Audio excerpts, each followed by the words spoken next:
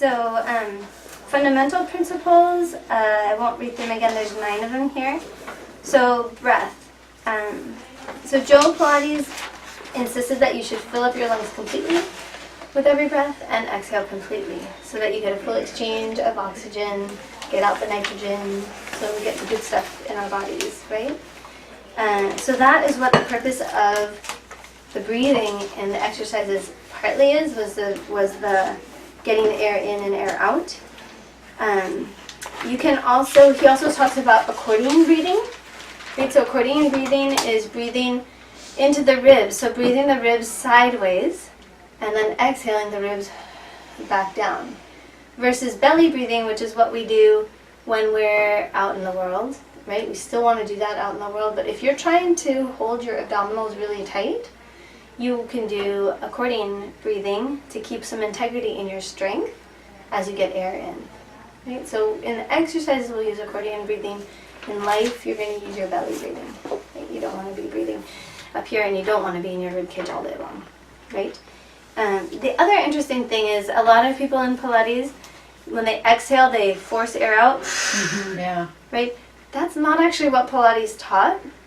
It was more that there's kind of that idea of exhaling with a candle in front of you, and you really don't want to blow the candle out. So there's a powerful exhale to give you strength, but it's not a to blow out the candle. It just doesn't work for me. That doesn't work. Oh, that it's hard. you lose that. So we're talking about longer inhales, longer exhales, and they don't. Some people really feel like they should be. We do use a percussive exhale once in a while. So hundreds, yeah. But it's still not. Right? It's still a controlled. You got to make it through 5 pulses. You don't want to just go out with the air. We want to keep that and use it to our advantage. Right? So then control and concentration. So mindful control over your muscular movements. So that's the mind-body connection, right? You want to be able to have consciousness about what is going on in your body. So that's why a lot of people say you should really never do Pilates without somebody watching you do it. Because if you can't know what your body's doing, you can't know that it's doing something that it's not supposed to do. And if you're not aware of what part of your body is working, how are you going to correct it? Right? So hopefully by the end, you'll be really expert at that in your own body. And then your goal is to try and teach that to other of your clients, is how to be mindful. Pointing out, did you realize that your foot is turned out when you do this? Or do you realize that you always tense your neck when you do this particular thing? So trying to make them mindful and trying to make them find that connection. So that's why in Pilates he always said don't ever play music while you're doing Pilates. It should be a quiet space. You should be able to concentrate on your body. So that's why we don't play music here. It's just because you're supposed to have that focused time and control. So we'll make you aware of what you're doing wrong a lot. And you can make me aware of what I'm doing wrong as I'm showing it. Well, you look at you when you did that. Okay, so precision. The exercises should be really precise. Pilates, as I was re-going through, actually, to put the course manual together for this session, I realized he uses words like lock your knees, stretch your arm, extend your joints. He wanted, I think what he was after was that gymnastics look, right? That tight, controlled, precise movement. And I have to hand it to him, he has a point there. It is so different if you're moving your legs and they're like, or if they're there, now I'm engaged here, right? Or even an arm, it's so much different if I do that than if I do that. I'm engaged, I'm alive, I've got strength, and I've got work.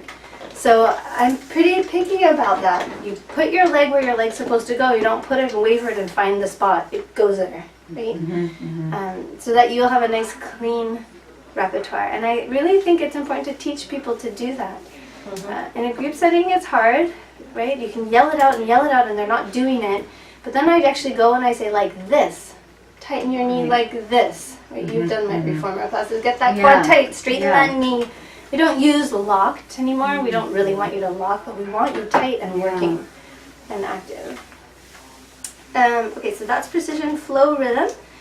The exercises are designed to flow. So there's supposed to be a rhythm and a flow to it, and it really makes sense. And the place where I think you see that the most is on the reformer. You'll see it in the reformer sequences. I'll teach you the repertoire in sequences on the reformer. They're smooth, they flow, and then you really, as a Pilates instructor, are going to try and use all of the sequence, because that in itself will work the whole body. So on the mat, we go through flows of different, you have to adjust it depending on the level of the class and what they can do. But so on the mat, you don't see the sequences as much, but you really see that on the reformer. And then even on the mat though, even though they're not as long and drawn out sequences, we have a few of them. And then being able to just make the class flow is really nice when the class is smooth and flows. And it's also really nice to try and put, like I always, classically you end the Pilates session with a push-up, sort of a push-up or a press-up. Right. I like to end the session that way, but I like to move people through from the floor to kneeling or sitting to standing and then back to the floor for the push-up. Like it's really, it's nicer to do it that way than, okay, lay down, now kneel, now lay down, now stand up, now go push-up, now stand up, now go, right? That doesn't tend to flow as well. And So it just takes more time, you know. it takes more time, yeah. Yeah. So, and that just takes practice, but it also teaching that way takes practice. But I'm going to hopefully teach you that way so it comes a little more naturally. And then opposition. We talk a lot about opposition. So even in a child's pose position, a lot of clients come in and go, oh yeah, thank God, child's pose. I'm going to rest in child's pose. Oh no, you're not resting in child's pose. You are pulling in that stomach, you are reaching the arms forward, you're stretching into that low spine, you are working. So there's opposition happening. We almost never rest, even when we're stretching in Pilates. I should have said this earlier in the flow, we're almost never static. There's movement. So that differentiates us a lot from yoga, is that yoga holds poses. We move through poses or positions, right? And so flexibility. What's really nice about the Pilates work is if you do a full sequence, most of the time you don't have to stretch people at the end of the session. The reason is because ingrained in the exercises are stretches. So by the time somebody's done with a session at Pilates, their hamstrings should be stretched. And if that's a focus of yours for that particular person, you can make them stretch their hamstrings for an hour. They will keep stretching those hamstrings, right? So you can design things based on what they need or what your goal is for that person. But a lot of times you don't have to stretch them after. The one exception I find is the quads and hip flexors don't always get stretched in the session, so I tend to do that. In my reformer classes, it's a lot of times that lunge at the end. Yes. But I really try and ingrain the rest of it into the session, which is why we don't need to spend half an hour stretching after we've worked out. Okay, and then whole body movement, we sort of talked about that balance, strength, and whole body movement. The Pilates is designed to make your muscles long and lean. The weights are not hard or super heavy at any point in time, but they make you work, and you're using gravity and your body weight really to strengthen yourself. So that's all very functional. If you always have your body on you, you can always be strengthening it, right? You don't need something else to strengthen with, right? Just your body. And then centering stability. Centering creates stability, right? So if somebody can't do something, or you see that they're extending, you're doing a single leg stretch, for example, and they're stretching the leg out, and you notice they just cannot get that leg out there and keep their spine steady and supported, then your job is to rein that in. You change the exercise, modify, let their leg go halfway until they can support it. It's all about stability. If you can't have stability in your core, you can't progress. Right? And so some people are so excited about progressing to the advanced stuff, but they won't get there if they don't have the core stability. So, and then repetitions, we really never repeat anything more than 10 times. In Joe Pilates' book, it's like 4 to 6 repetitions for most things. Sometimes we get to 10.